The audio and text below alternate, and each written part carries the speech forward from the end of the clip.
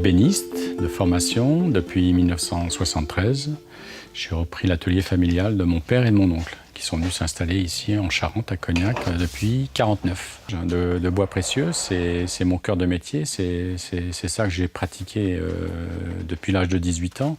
D'abord autour de la restauration, qui est toujours présente ici dans l'atelier, à 10-15% du chiffre d'affaires est autour de la restauration de patrimoine. Une grosse partie autour de la création d'écrins, que ce soit dans l'univers du cognac, hein, on est en plein dedans, mais d'autres spiritueux viennent travailler ici chez nous, les champagnes, les grands vins, et puis quelques clients autour de l'hôtellerie, comme le Georges V à Paris, qui viennent nous chercher pour du mobilier contemporain, qui est l'autre facette de l'activité. On a les écrins qui font 60% de l'activité, et le reste, c'est du mobilier contemporain.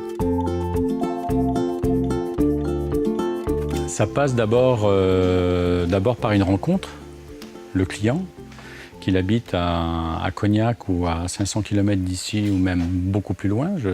Ça m'est arrivé d'aller au fin fond de l'Oural pour rencontrer un client, pour savoir véritablement ce qu'il voulait. D'abord, c'est fondamental pour nous, c'est de bien comprendre son univers.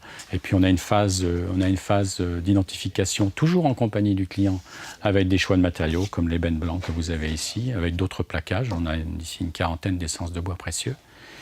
Et puis de temps en temps, on l'accompagne avec une image de synthèse que je fais faire pour traduire mon dessin.